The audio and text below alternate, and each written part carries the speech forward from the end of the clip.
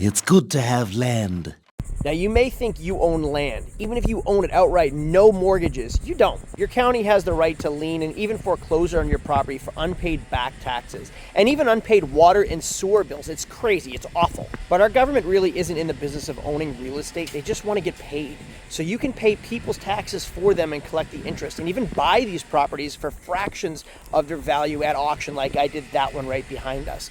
In the past 12 months, I bought a foreclosed waterfront home from the bank. I purchased a 2-bedroom, 2-bath condo from the HOA for back HOA fees, and I purchased this piece of property that we'll be putting a duplex on as a tax-deeded foreclosure. Now, as you can see in the area I am in, is a low income. It's a very rental predominant area. We're going to try to build a duplex, rent it Section 8, have the government pay us for those properties and provide affordable housing for people in this community. And a lot of times you can get grants by the government to help provide affordable housing for communities in low income areas. And I'm going to show you a lot of the ways you can do it yourself. Now, there's actually more county tax auctions coming up that I'm going to show you in this video. We're going to bid on some real tax properties in this video, and you're going to do it alongside with me. My name is Craig from Flying Wheels. Let's get going. Right off the bat, I'm going to start at my county website. This is my tax appraiser's office, and these are tax lien foreclosures that are going through auction this week. This one's in Indiantown, this one's in Indiantown, another in Indiantown, in Hope Sound, Palm City, Hope Sound, and Stuart, Florida. So most of this channel is automotive based. Flying Wheels is a car based channel. I own a car dealership, but along the way, I've also purchased a lot of property. I've learned a lot. I've lost a lot. I have gained a ton. Real estate has always done really, really well for me. And I bought a tax lien foreclosure property, meaning they didn't pay the property taxes. The county assumed the land and then sold it at auction where I purchased the land. Now, it's been 9 months since I purchased that piece of property right there, and today I'm going to give you some updates on what's going on with that property. Along the way, I'm going to show you how you can do it yourself and make money for yourself. And if you're not just buying property to build, I can show you how you can earn a good amount of interest, some income on other people's back taxes as well, without ever actually having to purchase the property. So 9 months ago, I was scrolling through the auction websites, my county websites, which I'm going to show you shortly how you can do it as well. And I actually received an offer $10,000 over what I paid for it just a month later. However, that's not where the real money is made. I don't need the $10,000. I want the long-term income. I want passive income. I want to own real estate and have the government pay me for it as well. Now, I told you I bought it at a tax lien foreclosure auction. There is a difference between buying tax liens and tax lien foreclosures. Now, tax liens, if somebody is late on their property taxes, if they have back taxes owed to their county, you're able to go pay those back taxes and get a lien on the property. You're also able to collect interest or earn interest on that property until the house is either sold or the taxes are caught up, meaning you're the one that has given the loan to pay for those property taxes, and you can collect a significant amount of interest on those back taxes by owning the tax lien. Now, if those property taxes never get paid, eventually the county absorbs the property and it goes to a tax foreclosure auction, which is where I purchased that property. And in many areas, an investor can purchase a tax lien property where the owner has failed to pay the taxes, like this case. Now, I want to explain a couple things. I'm going to jump in and show you my latest project. This is our foreclosure home, which we are officially moved into. That is a whole other story, which I'm going to get into as soon as this tax deeded property video ends. So that'll be our next video. This is our waterfront foreclosure home. Now, I did show you the piece of land that I bought at a tax foreclosure auction. I'm going to show you what I've been up to with that because it's been 9 months since I purchased it. Now, there was a moratorium on building and zoning, so the town put a stop on all building and permitting in that area. That's why it's been 9 months. Well, they just opened it up, and I'm going to get it surveyed next week. There are certain setback requirements as well as building code requirements. They are requiring that I have front stoops on both of the duplexes. It has to be a long building, not a wide building, because it does have setbacks of 5 feet on either side, which means that it has to be a narrow building with 2 front porches, and it has to be long enough to fit 2 to 3 bedrooms because we're going to rent it for Section 8, meaning the government's going to pay up to 70% of the rental on both units, whereas the residents, the renters, the tenants will have to pay 30% of their income towards the rentals. So we're going to build 2 units, a duplex on the property. The property's getting surveyed next week. We've already had the city out there for the town water and sewer, and then we go to the town with our plans and see if they can approve it, and then we're going to start the duplex so we can rent it for low income and Section 8 housing. Hey, it's finally NFL season, which also means it's fantasy season, and I'm sure a ton of you are excited for it. Draft time's a lot of fun, and this year I've teamed up with DraftKings to give you a chance to score another NFL best ball ticket to play for free for a share of $15 million with their Draft One, Get One. With DraftKings Draft One, Get One, the entry fee is only $20 and enters you automatically into the $15 million NFL best ball contest, and you can score another ticket to play for free for a share of the $15 million as well. You can sign up by going to DraftKings.com/Flying Wheels or through my promo in the link in the description with code Flying Wheels. So I'm going to walk you through some of the preliminary steps into purchasing tax-deeded properties and also just foreclosed homes in general. This is my courthouse, which is also our tax appraiser's office. So I can go to our tax appraiser's office, which is in our courthouse on the 3rd floor.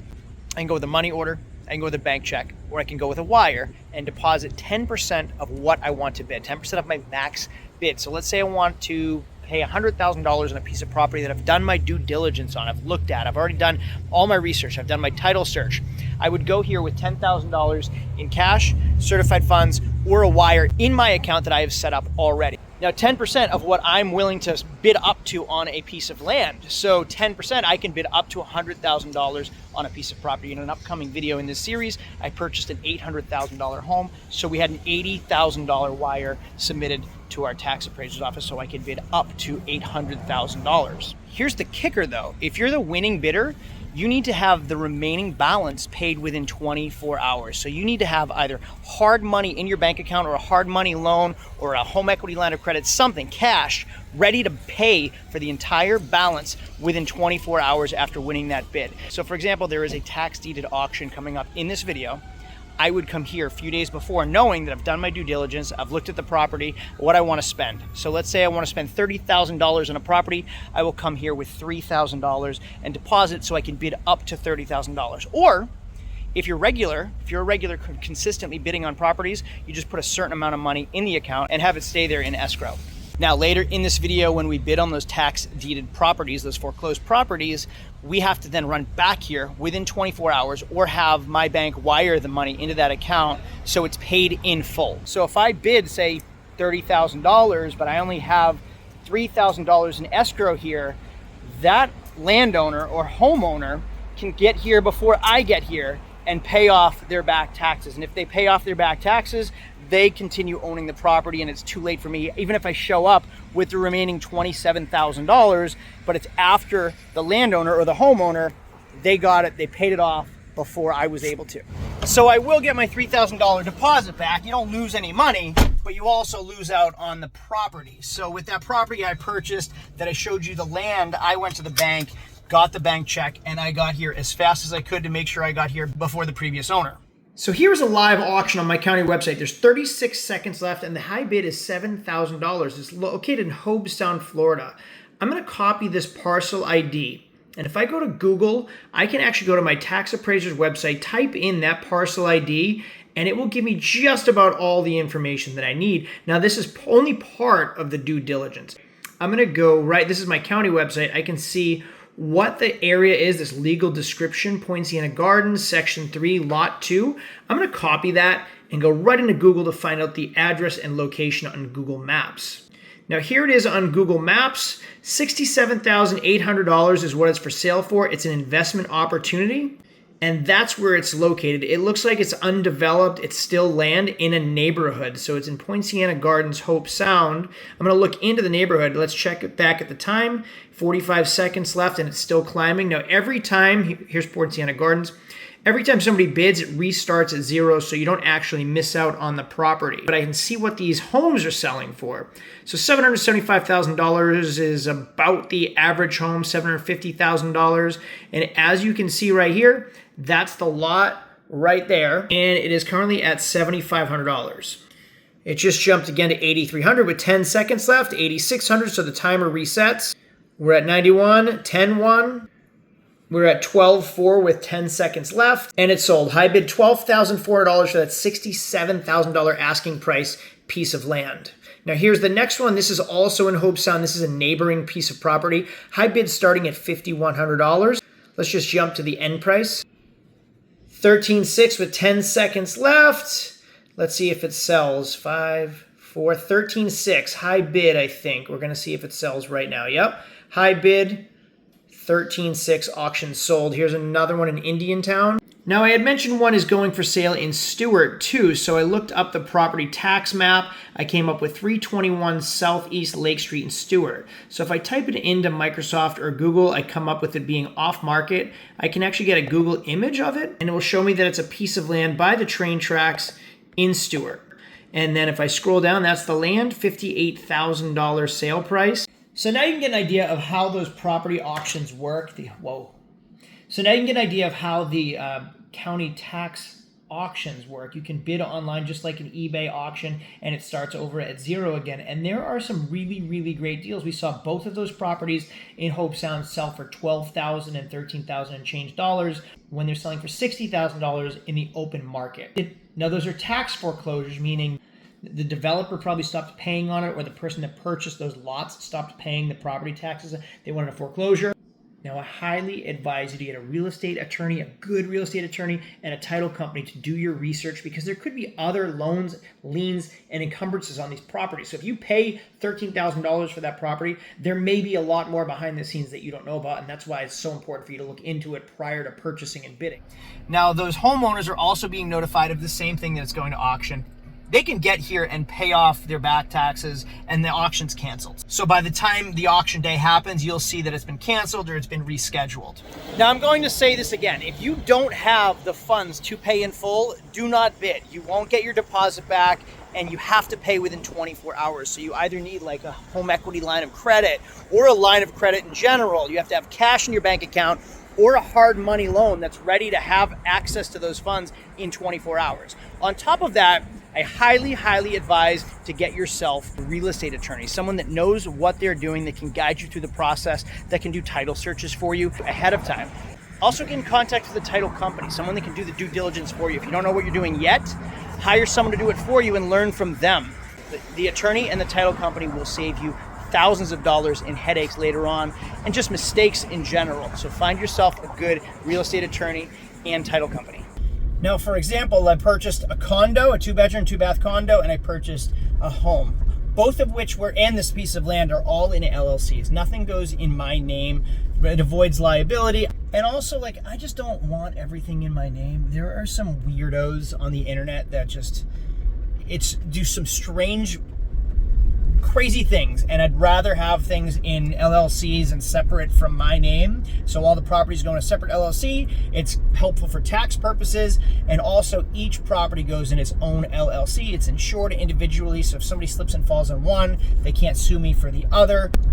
And the other thing is they can't sue you personally. It's in it's in a company. It's in a completely separate entity that's not mine. It's owned by the entity. So set yourself up with your own LLC. That way every property you purchase can go in that and not in your name personally.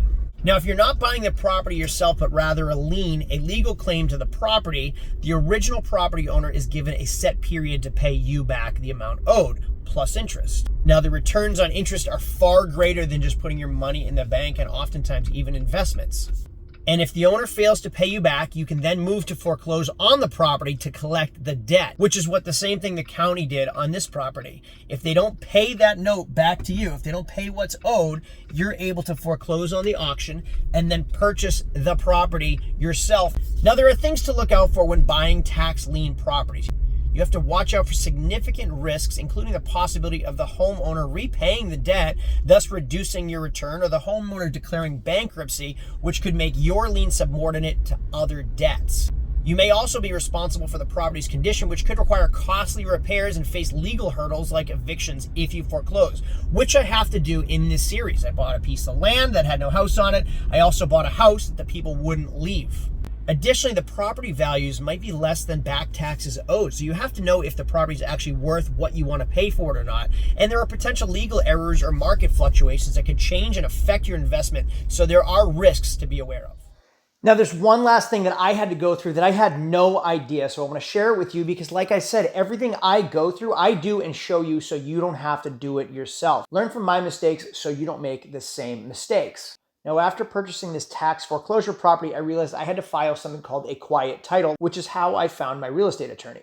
A quiet title is a legal action, and it's a lawsuit filed in the court, and it resolves disputes over real estate ownership, and it removes like clouds and competing claims on the property's title, thereby establishing clear and undisputed ownership.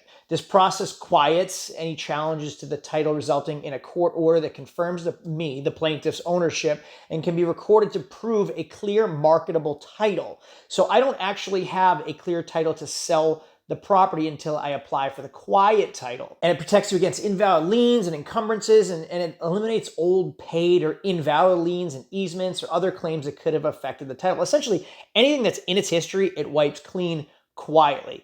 And there could be errors in legal descriptions, and it clarifies boundaries and property descriptions that may be inaccurate, and even unrecorded claims to resolve the issues arising later from long-standing easements or rights not properly recorded in its history. Heir disputes, like I had mentioned, so if somebody dies and that's why it wasn't paid, then it went to foreclosure, and then the family finds out 2 years later and they come after you, the new owner.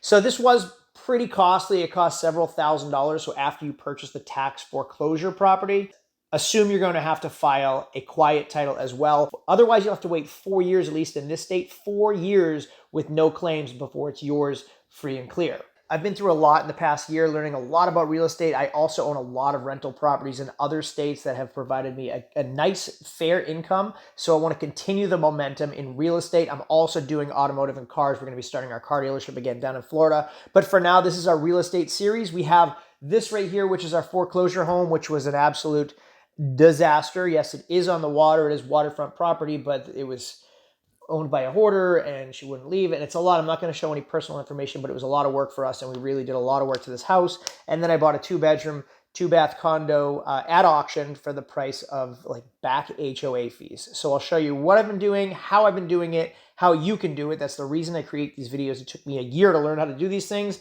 and I'm sharing them with you, all of my trials, my tribulations, and my successes. You see the good and the bad. And all I'm asking is, just as a favor return, is to just thumbs up and tell me what you like, what you don't like in the comments sections. Thanks for watching. We'll see you in this place, the foreclosure auction, in our next video. Thanks for watching, and I'll see you later. Adios.